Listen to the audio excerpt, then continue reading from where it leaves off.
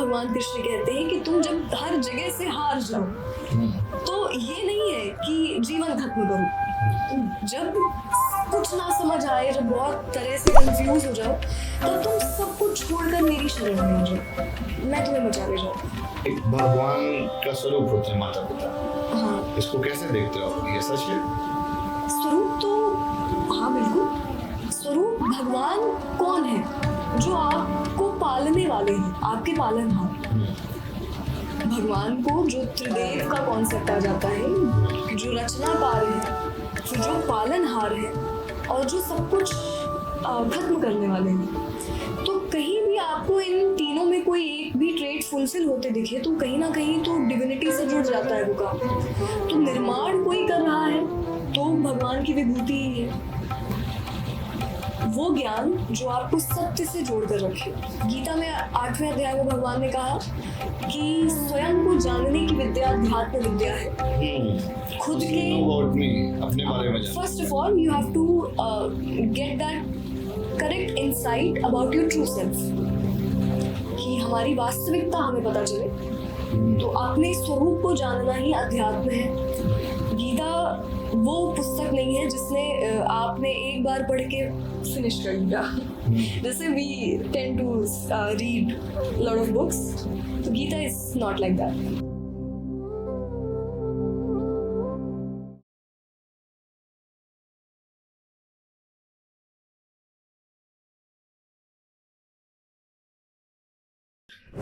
जय श्री कृष्णा, कैसे हो आप सभी? तो आज का जो पॉडकास्ट है ना, बड़ा खास होने वाला है। हमारे साथ में हैं इस स्पिरिचुअल ऑडिटर सांभवी मिश्रा जी, और भगवत गीता पर भी बात करेंगे हम लोग। तो स्वागत है आपका हमारा इस पॉडकास्ट पे। जय Shri Krishna, thank you so much. कैसे हो आप? कैसा चल रहा है? मैं बिल्कुल ठीक हूँ, आप कैसे हैं? तो जेनजीज की दुनिया में आपका स्वागत है, और बहुत सारे जेनजीज आपको देख रहे होंगे जी। और आपको बहुत सारे लोग फॉलो करते हैं। तो क्या सिखाते हो आप बच्चों को, या जो भी लोग आपको फॉलो करते हैं तो अपने क्या एथिक्स बनाए, किस तरह से चीजों को इस एक जेनजी हो के उस तरह से कल्चरल चीजों को कनेक्ट कर पाना, फिर उसको कन्वे करना, बाकियों को सिखाना, एक मुझे ऐसा लगता है कि अपने आप में एक बहुत बड़ा इनिशिएटिव वाला काम है जी। इसको कैसे देखते हो आप? फर्स्ट ऑफ ऑल तो thank you so much for inviting us, such a privilege.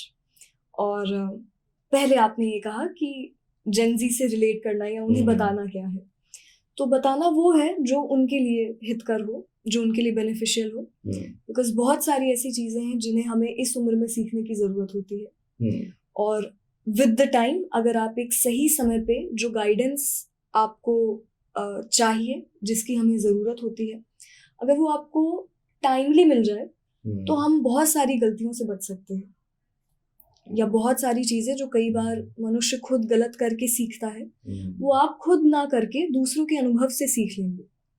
तो ये इट्स नॉट इम्पोर्टेंट कि ऐसे कुछ एक्सपीरियंसेस हैं आपके पास? मेरे पास जी बहुत है। 2-3 साझा कीजिए। जो इन द सेंस जैसे मैंने अपने क्लासमेट्स को देखा है, और specially in the Covid time during the lockdown, बहुत सारी ऐसी चीजें हुई जहाँ पे उस वक्त पे, हालांकि मैंने स्क्रिप्चर्स पढ़ना शुरू कर दिया था, तो मेरा बहुत इंक्लिनेशन हो गया था अध्यात्म की तरफ और गीता और भगवान कृष्ण की तरफ।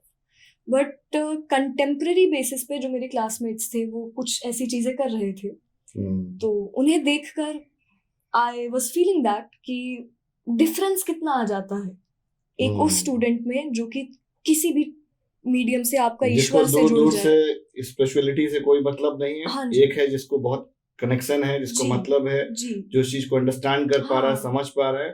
और दूसरी जो हम न्यू जनरेशन की बात कर रहे हैं वो बहुत फार अवे, बहुत दूर है। हाँ, ये कह लीजिए कि वो सिचुएशन उन्हें नहीं मिली जिस सिचुएशन में वो थोड़ा भी स्पिरिचुअलिटी की तरफ जा पाते। बिकॉज कंडीशन आपके जीवन में पहले बनती है, मेरे जीवन में भी बनी कंडीशन, कि आप डेस्टिन्ड कुछ चीजें अगर कही जाए कि आपको जाना ही था यहाँ पे, तो वो अपने आप हो गया। अगर सिचुएशन नहीं बनी होती तो नहीं होता। उस वक्त पे जो हमारा डेली का शेड्यूल भी था इवन, कि आप सुबह उठते ही आपकी रामायण री टेलीकास्ट हो रही है, फिर महाभारत री टेलीकास्ट आप देख रहे हैं, फिर नून में आप केवल ग्रंथों को पढ़ रहे, फिर शाम को फिर से ही आप महाभारत और ये रामायण कब देख रहे। स्टार्ट किया, मतलब कितने साल पहले?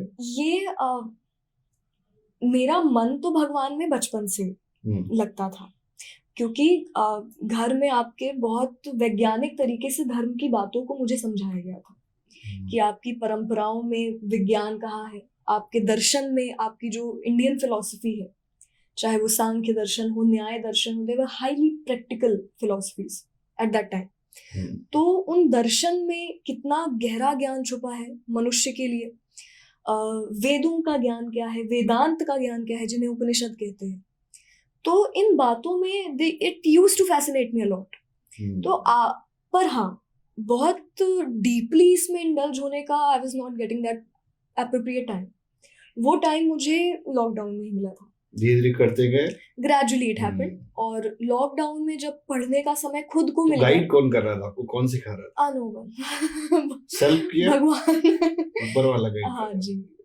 तो श्री कृष्ण से पहला कनेक्ट कब आया, कब लगा कि हाँ यार कुछ तार जोड़ रहे हैं, कुछ कनेक्शन आ रहा है?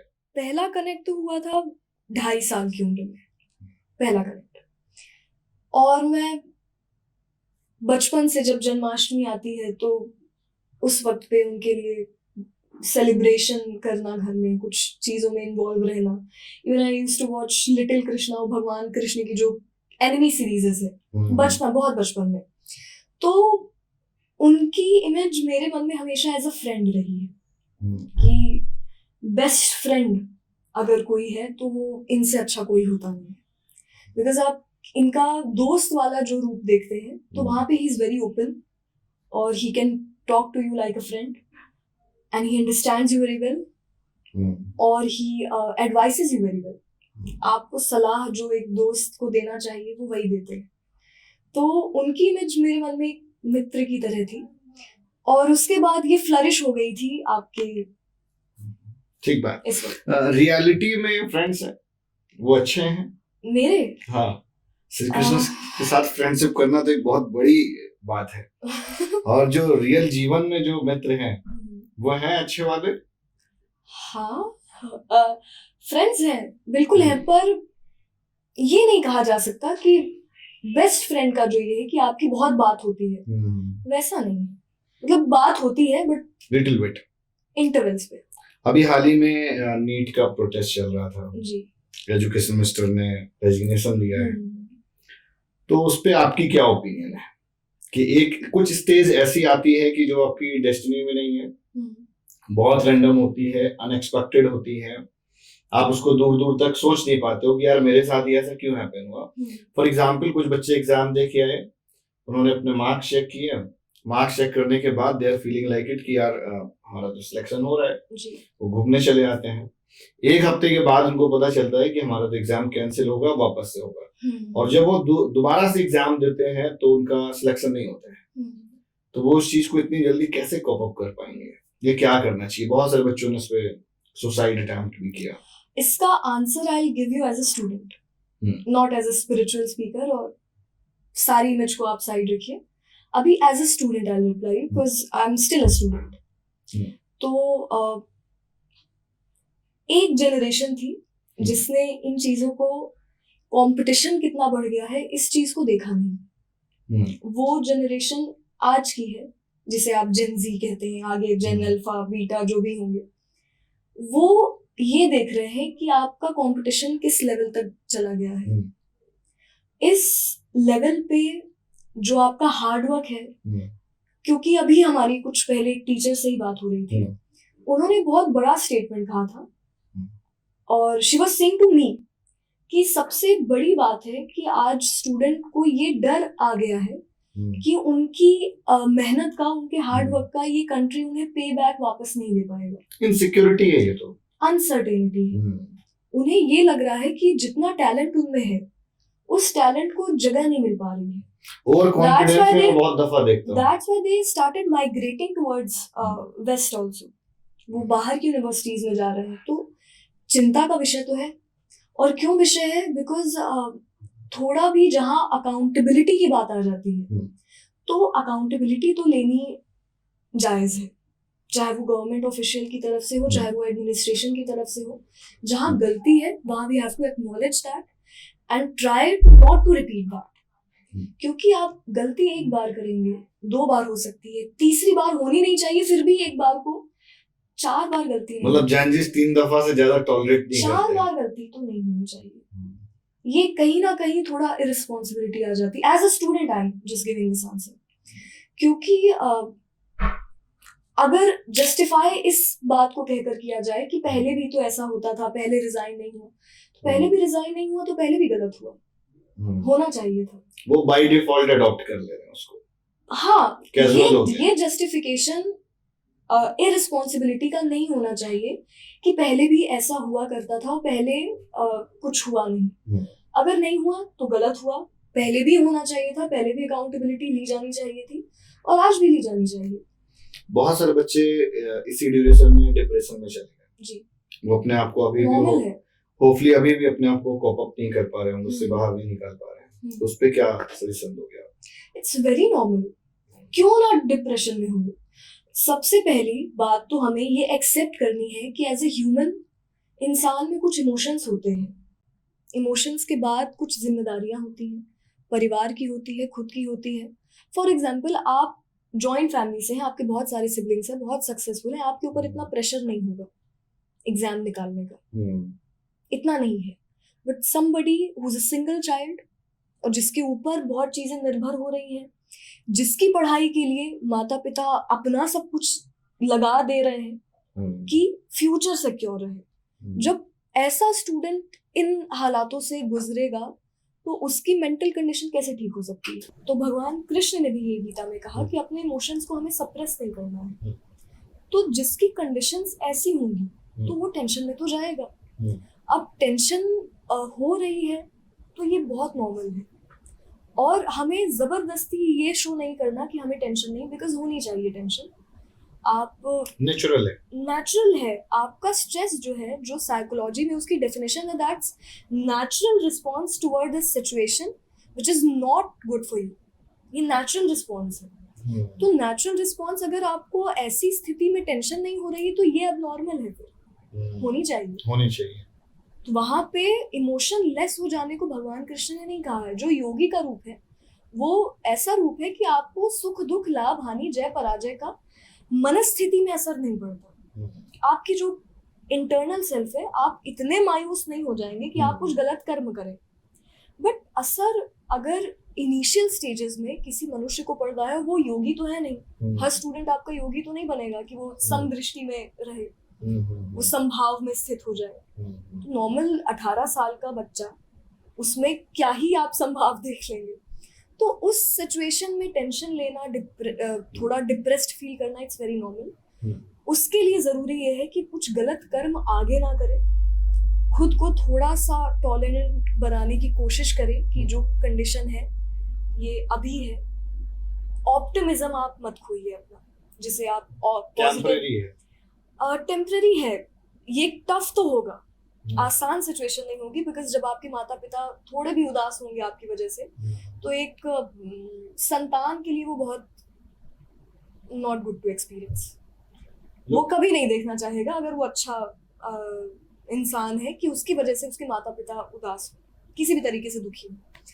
बट हाँ, उस पे भी हमें ये याद रखना है कि पॉजिटिव ऑप्टिमिज्म आप मत खोइए अपना, आशावादी रहिए। जो भगवान कृष्ण कहते हैं कि तुम जब हर जगह से हार जाओ तो ये नहीं है कि जीवन खत्म करो। जब कुछ ना समझ आए, जब बहुत तरह से कंफ्यूज हो जाओ, तब तुम सब कुछ छोड़कर मेरी शरण में आ जाओ, मैं तुम्हें बचा ले जाऊंगा।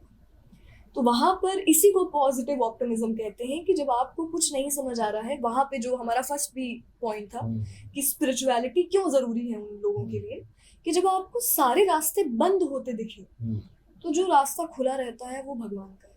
ठीक बात। लोग कहते हैं कि भगवान का स्वरूप होते हैं माता पिता। हाँ, इसको कैसे देखते हो आप? ये सच है? स्वरूप तो हाँ बिल्कुल। स्वरूप भगवान कौन है? जो आपको पालने वाले हैं, आपके पालनहार। भगवान को जो त्रिदेव का कॉन्सेप्ट आ जाता है, जो रचनाकार है, फिर जो पालनहार है और जो सब कुछ खत्म करने वाले हैं। तो कहीं भी आपको इन तीनों में कोई एक भी ट्रेट फुलफिल होते दिखे तो कहीं ना कहीं तो डिविनिटी से जुड़ जाता है वो काम। तो निर्माण कोई कर रहा है तो भगवान की विभूति ही है, जिन्हें आप डॉक्टर्स कहते हैं जो नया जीवन दे सकते हैं किसी को, जिन्हें आप साइंटिस्ट कहते हैं कि वो कुछ ऐसा इन्वेंट कर सकते हैं जो बहुतों को मदद पहुंचा सके। पालनहार में आप माता पिता को देख सकते हैं जो आपको नर्चर करे, जो आपको ग्राउंडेड रहना सिखाए, आप में संस्कार दे। और विनाश करने वाले इन द सेंस बहुत ऐसी सुपर पावर्स होती हैं, बहुत सारी ऐसी चीजें होती हैं। तो कहीं भी ये इन ट्रेट्स को हम फुलफिल होते देखें तो वो डिविनिटी तो रहती है उसमें। श्री कृष्ण के जीवन से आपने क्या सीखा? मतलब अगर मुख्य 3-4 चीजें या 5 चीजें अगर बतानी हो तो वो आमतौर पे हर उस इंसान को जिसको अच्छे से जीना है, अच्छे से रहना है, अपने लाइफ को बैलेंस करके चलना है, तो वो क्या है 5 चीजें? पहला तो जो आपने कहा बैलेंस, क्योंकि भगवान कृष्ण ने समता संभाव को बार बार रिपीट किया है गीता में। इतनी बार उन्होंने शायद कोई शब्द दोहराया हो जितनी बार उन्होंने संभाव कहा है कि हर परिस्थिति में समता में स्थिर रहना सीखो। स्थिर रहना अर्थात आपको वन पॉइंटेड होके, जिसे ओरिएंटेशन कहते हैं, कि कार्य की तरफ एक्शन ओरिएंटेड इंसान अगर बन जाएगा, कार्य की तरफ पूर्ण रूप से समर्पित, सरेंडर्ड, तो जिस स्थिरता की जरूरत है आपको while doing that particular action, you'll be able to feel that stability within you, कि उस कार्य को करते हुए आप स्थिर रह पाएंगे। जिस कार्य के लिए आप बने हैं इसी को योग कहा गया है, और कार्य करते रहने को अगर आप स्थिर रहना सीखेंगे तो वो कर्म योग है। ओके, स्पिरिचुअलिटी क्या है? क्या है spirituality? Spirituality is a knowledge which holds you with the truth. वो ज्ञान जो आपको सत्य से जोड़ कर रखे। गीता में 8वें अध्याय में भगवान ने कहा कि स्वयं को जानने की विद्या अध्यात्म विद्या है। खुद के अपने बारे में first of all you have to get that correct insight about your true self, कि हमारी वास्तविकता हमें पता चले। तो अपने स्वरूप को जानना ही अध्यात्म है, संसार के स्वरूप को जानना अध्यात्म है, सत्य के स्वरूप को जानने का प्रयास करना अध्यात्म की राह है। तो वो सारा ज्ञान, वो सब कुछ जो आपको रियलिटी से जोड़ कर रखे, और reality is the supreme reality. Okay, soul क्या है? सोल उस रियलिटी का वन ऑफ द पार्ट जो सब में है। लोग 2 चीजें कहते हैं, आत्मा और परमात्मा। हाँ, क्या कनेक्शन है दोनों का? एक ही है। जब हमें ऐसा भ्रम है, जो कि गीता में भगवान ने क्लियर भी किया है, कि आत्मा या परमात्मा खंडित नहीं होते, जैसे हम कहते हैं कि अलग हो जाना एक दूसरे से, but actually it's an illusion. वो अलग नहीं होते, वो दूर नहीं होते। इसीलिए तो उन्होंने कहा है कि सब में मैं हूँ, और जिस दिन तुम मुझे देख लोगे उस दिन तुम्हारी दृष्टि में सिर्फ मैं रहूंगा, तुम्हें हर जगह सिर्फ मेरे दर्शन होंगे। वो अलग नहीं है, आत्मा परमात्मा एक ही है। बट जब मनुष्य रियलाइजेशन की तरफ बढ़ जाता है, जब उसे खुद में उन परमेश्वर के दर्शन होने लगे, तो फिर सब में उस परमात्मा को देख पाता है। भगवत गीता में क्या खास चीजें हैं? बहुत सारे लोग सोचते हैं पढ़ने के लिए, जो हो सकता है देख भी रहे होंगे और उनके थॉट में होगा कि हम पढ़े, इसको जानना स्टार्ट करें, बट वो स्टार्ट नहीं कर पा रहे हैं। आपने कैसे स्टार्ट किया, मतलब उसको स्टडी करना? जी, तो गीता मैंने बहुत बार पढ़ी है, मतलब रिपीटेडली। गीता वो पुस्तक नहीं है जिसने आपने एक बार पढ़ के फिनिश कर लिया। जैसे we tend to read lot of books, तो Gita is not like that. बाकी किताबें हम खत्म करने के लिए शुरू करते हैं कि आप इसे सीख ले लें और फिर ये फिनिश हो जाए आपकी। बट गीता आपने शुरू की है तो आपको उसे कॉन्टिन्यूएशन में लाना पड़ेगा, आपको रूटीन सेट करना पड़ेगा, और उसे खत्म करने के लिए मत शुरू करिए। लोग कहते हैं कि जब पढ़ना शुरू करोगे तो फिर बदलाव आना शुरू हो जाता है। हाँ जी, ऐसा सच है? बिल्कुल सच है। जो आपका इससे पहले वाला क्वेश्चन था कि गीता में ऐसा क्या है, तो बहुत कुछ है। गीता में योग है जिसकी हर मनुष्य को जरूरत है। योग मतलब, योग का शाब्दिक अर्थ होता है जुड़ना, और गीता में जिस योग की बात हो रही है, यानी ईश्वर से इस हद तक जुड़कर कार्य करना कि आपका कार्य कर्म योग बन जाए, आपका समर्पण भक्ति योग बन जाए, आपका ज्ञान ज्ञान योग बन जाए। जब आपकी ये तीनों चीजें भगवान से जुड़ जाती हैं तो वो योग बन जाती है। दूसरी चीज, गीता में आपको पर्सनालिटी रिफाइंड की जाती है, आपकी पर्सनालिटी चेंज हो जाती है, आप स्टेबल हो जाते हैं, स्थिर हो जाते हैं, आपका विजन क्लियर होता है और आपको पर्पस ऑफ योर लाइफ ढूंढने में मदद मिलती है, आपको लक्ष्य मिल जाता है, आप क्लियर हो जाते हैं, आपको मार्गदर्शन मिलता है।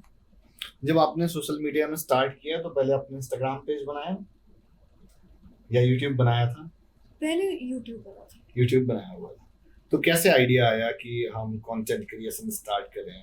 I am not a content creator, I am not content creator. और हमारे जो सेशंस होते हैं उसके पार्ट ऑफ जो चीज़ें आपको लगे कि किसी ना किसी तरीके से बेनिफिशियल हो सकती है फॉर द सोसाइटी, तो उसके पार्ट्स आपके बहुत सारे लोग ऐसे जो सजेस्ट करते हैं, हमारी टीम भी है, तो वो दे अपलोड ऑल द थिंग्स। और मेरा काम है ये देखना कि वो कुछ गलत ना हो, और अगर कई बार आप कट करने में कोई पॉइंट मिस कर रहे हैं तो वो मिस ना हो, वरना फिर मिसकंसेप्शन हो जाता है लोगों को। बहुत सारे लोग कमेंट करते होंगे, सबसे ज्यादा कॉमन कमेंट क्या आता है आपके सोशल मीडिया में?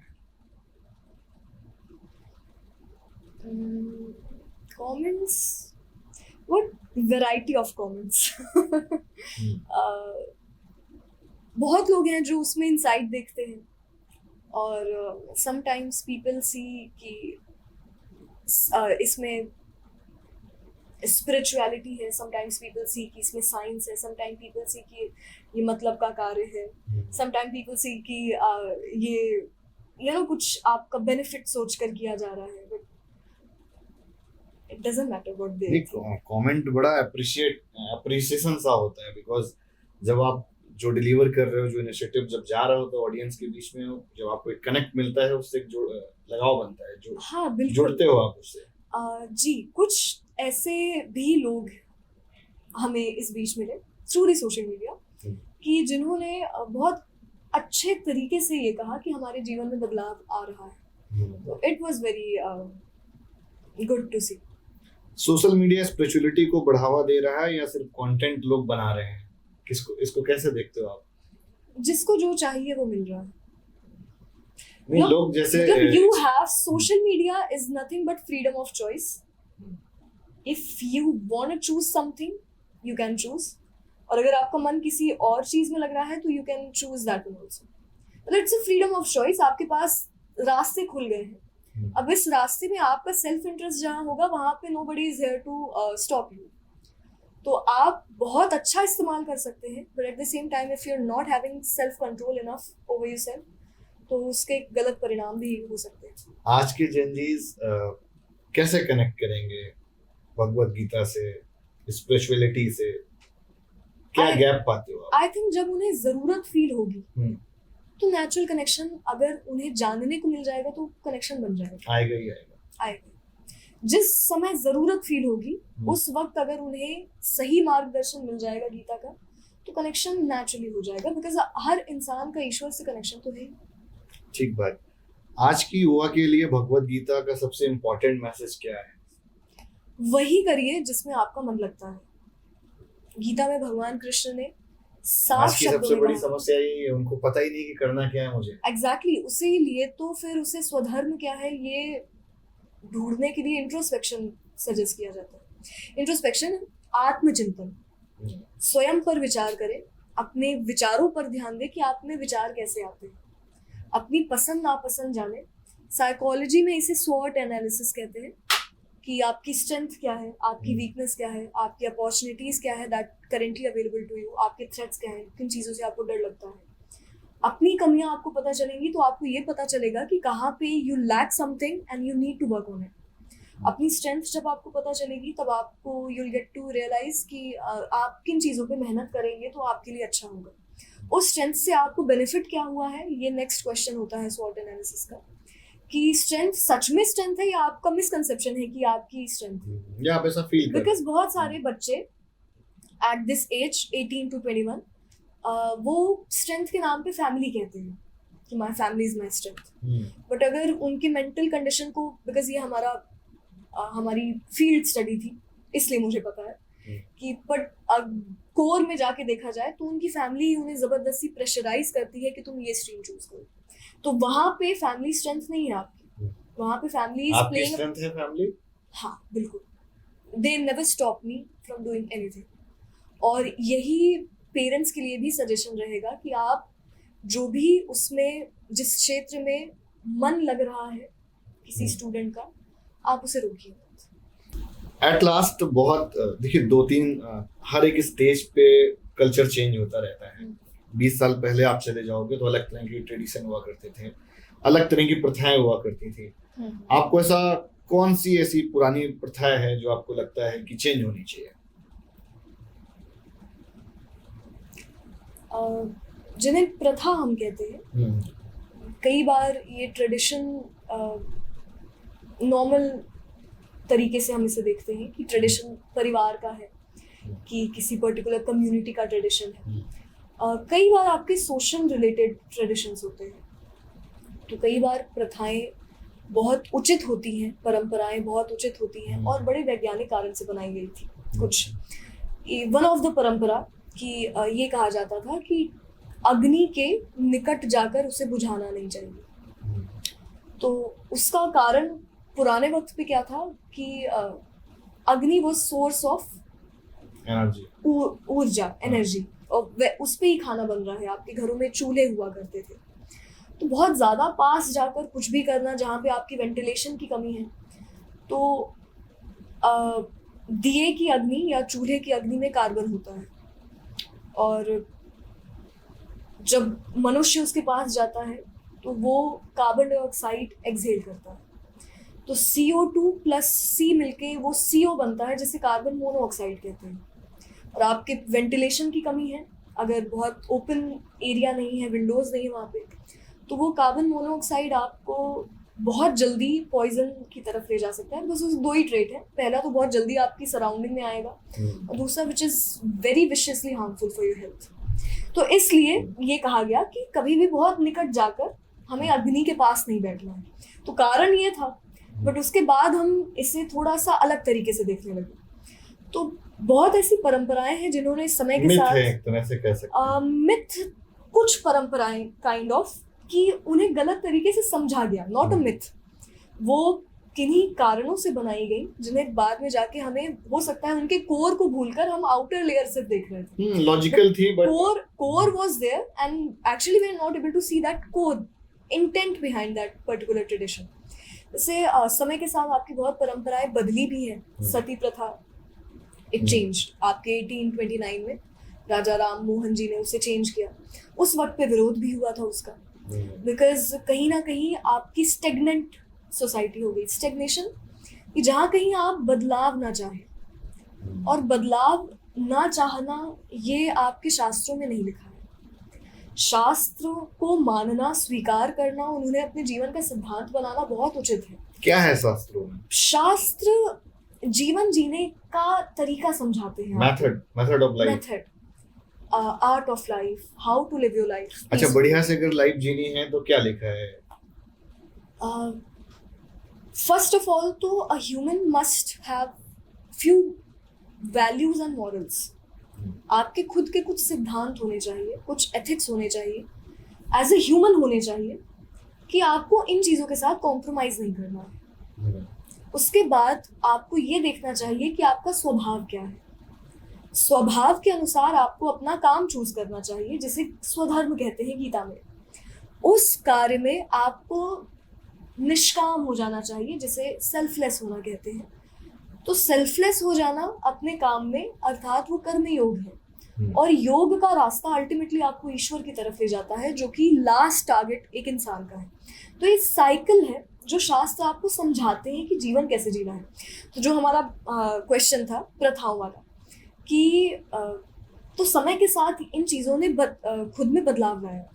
One of the most important point कि आपके शास्त्रों में हमेशा विचारशील होने को प्रोत्साहन दिया गया है। विचारशील होना यानी विचार करते रहना, और जहाँ विचार आएंगे वहाँ नया विचार भी आएगा। जहाँ विचारशीलता है वहाँ नया विचार है, जहाँ नया विचार है वहाँ बदलाव है, जिसे चेंज कहते हैं। तो जब हम स्टेगनेंट सोसाइटी की तरफ चलेंगे जहाँ पर चेंज नहीं है, तो हमारा जीवन बहुत कठिन हो जाएगा। इसलिए हम परंपराओं को बदले ना, परंपराओं को खत्म ना करें, पर उनके स्वरूप को हम एक नया रूप दे सकते हैं, चेंज कर सकते हैं। उनके स्वरूप को हम according to the present scenario, contemporary situations, हम उनके स्वरूप को एक अच्छा रूप दे सकते हैं जो कि लोगों के लिए उसे फॉलो करना बहुत टफ ना बन जाए, या बहुत इररेलेवेंट ना बन जाए, या इलॉजिकल ना बन जाए। प्रथाओं को हमें खत्म नहीं करना है, पर उनके स्वरूप को समय के साथ म्यूटेट करने, मॉड्यूलेट करने का प्रयास जरूर करना। अभी एक नई पार्टी आई है जेनजीज की, सीजेपी, कॉकरोच जनता पार्टी। उन्होंने ही धर्मेंद्र प्रधान जी से इस्तीफा भी ले लिया। तो इनके लिए क्या मैसेज देना चाहोगे? जो ये कर रहे हैं सही है, प्रेजेंट करने का तरीका परफेक्ट है, या कुछ अच्छे से भी कर सकते हैं और भी अच्छे तरीके से? जी, तो एज अ स्टूडेंट, अगर पर्टिकुलरली स्टूडेंट्स की बात की जाए, किसी भी स्टूडेंट को अगर खुद के साथ अनजस्टिस फील हुआ हो, या लगा हो कि उसकी मेहनत का पे बैक उसे वापस नहीं मिल पाया, तो अपने सामर्थ्य अनुसार उसे न्याय की मांग करना गलत नहीं कहा जा सकता। क्योंकि जिसे फील हो रहा है कि किसी भी तरीके से उसके साथ इनजस्टिस हुआ है, तो वो न्याय की अपेक्षा रख सकता है, और देश से नहीं रखेगा तो किससे रखेगा। पर उस न्याय को मांगने के तरीके में हमें ये नहीं भूलना चाहिए कि आपके कुछ सोसाइटल नॉर्म्स हैं, आपकी कंट्री के कुछ नॉर्म्स हैं, हम उसे आहत ना करें, हम अपनी मांगों में और समस्या को ना बढ़ाएं, हम अपनी मांगों में किसी भी तरीके से वायलेंस को प्रमोट ना करें। बिकॉज आप not about particular any party और कम्युनिटी, बट हर तरीके के लोग आ जाते हैं और जुड़ जाते हैं आपसे।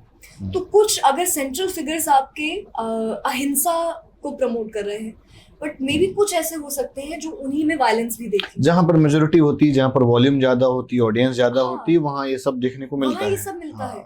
वायलेंस सामने वाले भी कर रहे हैं, वेदर वो आपके पुलिस ही क्यों ना हो, प्रशासन है। वायलेंस एडमिनिस्ट्रेशन की तरफ से भी जो वायलेंस है वो भी गलत है।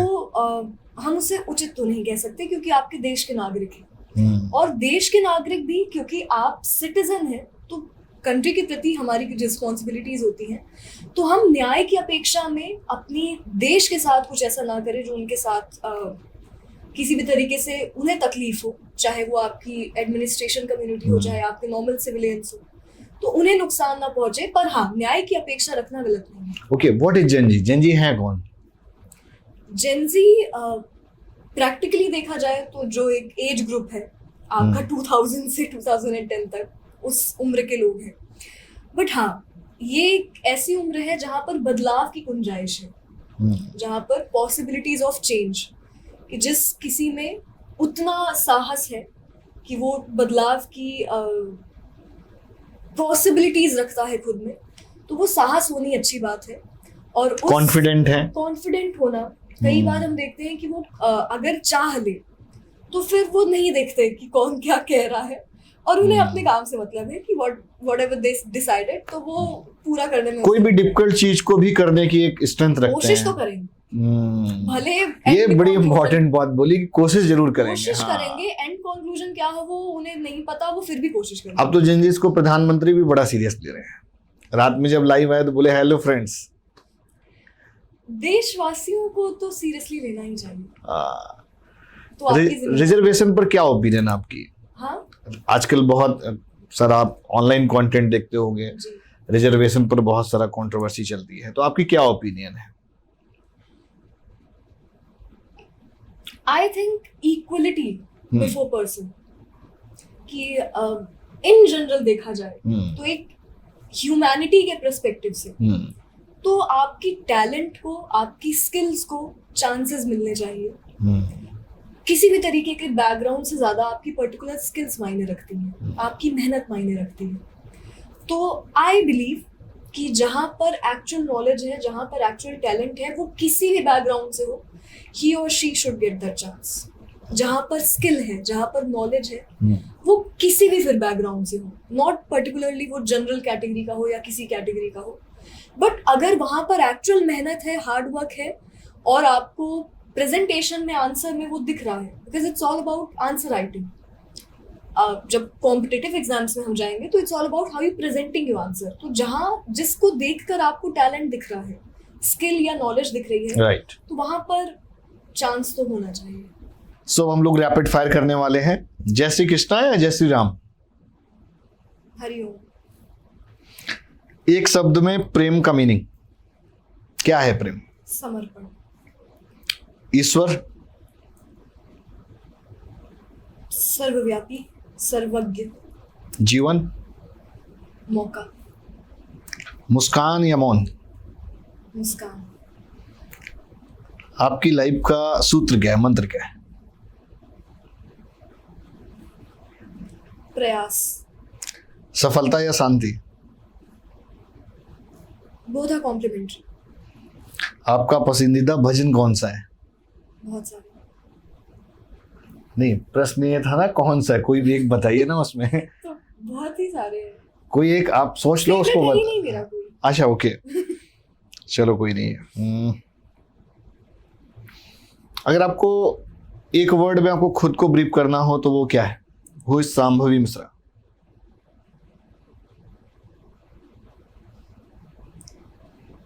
Normal human who's trying to be at best of her level. आपका सबसे बड़ा डर? गलती करने का. ठीक बात. तो भैया हम इस पॉडकास्ट को यहीं पर देंगे विराम. काफ़ी सारे आप सभी के डाउट्स थे.